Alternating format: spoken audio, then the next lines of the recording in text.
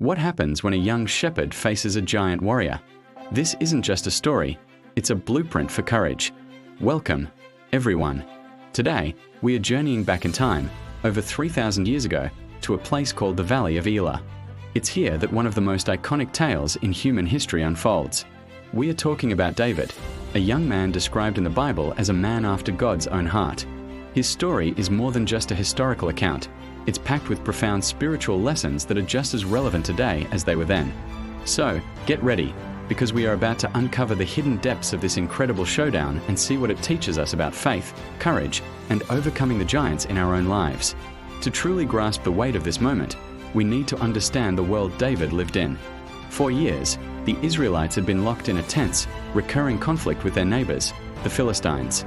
The Philistines were a formidable, technologically advanced people, and in this particular standoff, they had a terrifying secret weapon. His name was Goliath of Gath. The scriptures describe him as a behemoth, standing over 9 feet tall. His armor alone weighed more than 100 pounds, and his spear was like a weaver's beam. He was the embodiment of intimidation, a one-man army designed to crush the morale of his enemies.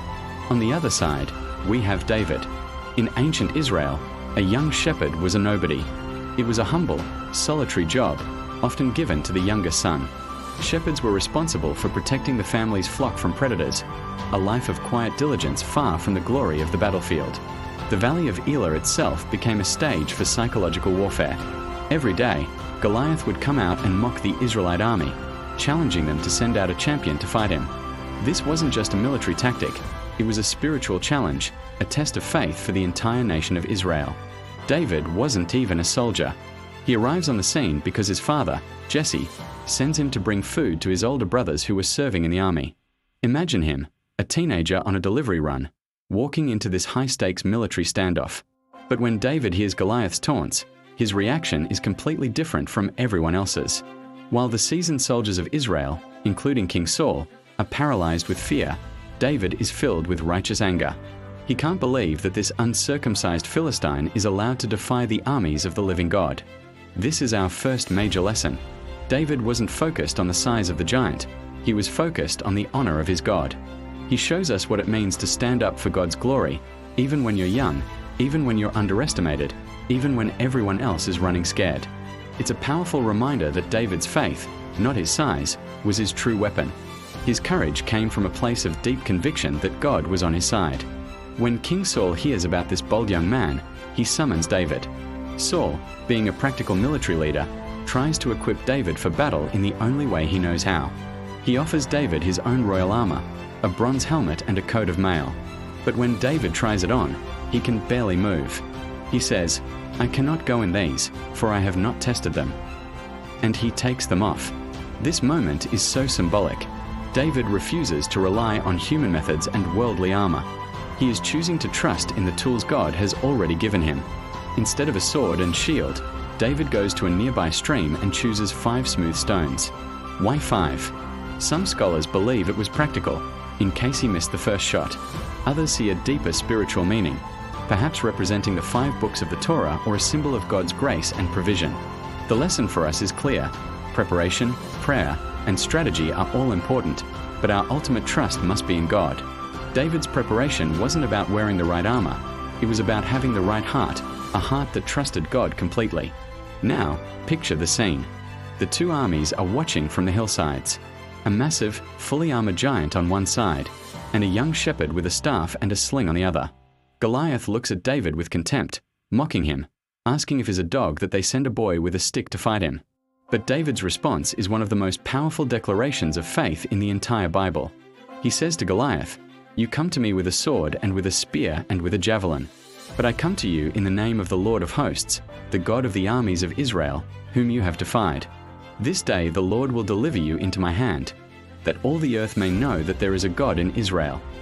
David's words weren't just brave, they were a prophetic declaration of victory. He was reframing the entire battle. This wasn't about David versus Goliath. It was about God versus the enemies of God. As Goliath moves in for the kill, David runs towards him, puts a stone in his sling, and lets it fly. That single stone, propelled by faith in action, finds its mark. It sinks into the giant's forehead, and the mighty Goliath falls face down on the ground. This was more than just a lucky shot. It was a psychological victory over fear and a powerful demonstration that the victory comes from God, not from human skill or strength alone. The moment Goliath fell, the entire dynamic of the war changed. The Philistines, who had placed all their confidence in their champion, saw him defeated and fled in terror. The Israelites, inspired by David's incredible courage, charged after them and won a decisive victory. This story is so powerful because Goliath represents more than just a physical enemy. He's a metaphor for the spiritual giants we all face in our lives, giants of fear, doubt, addiction, anxiety, or impossible circumstances. David's story teaches us profound lessons. It teaches us about courage that isn't the absence of fear, but acting in spite of it. It teaches us about faith that trusts God's power over our own limitations. It teaches us about God's timing and how He can use the most unlikely people to accomplish His greatest purposes. Applying David's faith in our daily lives means looking at our giants not with our own eyes, but through the eyes of faith, remembering that the God who was with David is with us too. It means stepping out in obedience, using the stones God has given us, and trusting Him for the victory. So, as we wrap up, let's recap the heart of this story. It's a timeless narrative of how unwavering faith and courage, empowered by God, can overcome any obstacle, no matter how intimidating it seems. It's about a young shepherd who saw a giant not as an obstacle, but as an opportunity for God to show His strength. So I want to ask you, what giant are you facing today? What challenge seems too big, too overwhelming? Remember David. Remember that the battle belongs to the Lord. God can and will help you overcome it if you place your trust in Him. If this story has inspired you, I encourage you to dive deeper. Look at the other giants David faced in his life, the lion, the bear, and even the internal battles he fought. His life is a rich tapestry of God's faithfulness. Let's close with the powerful verse that David himself declared, a truth that still stands today. For the battle is the Lord's, and He will give you into our hand.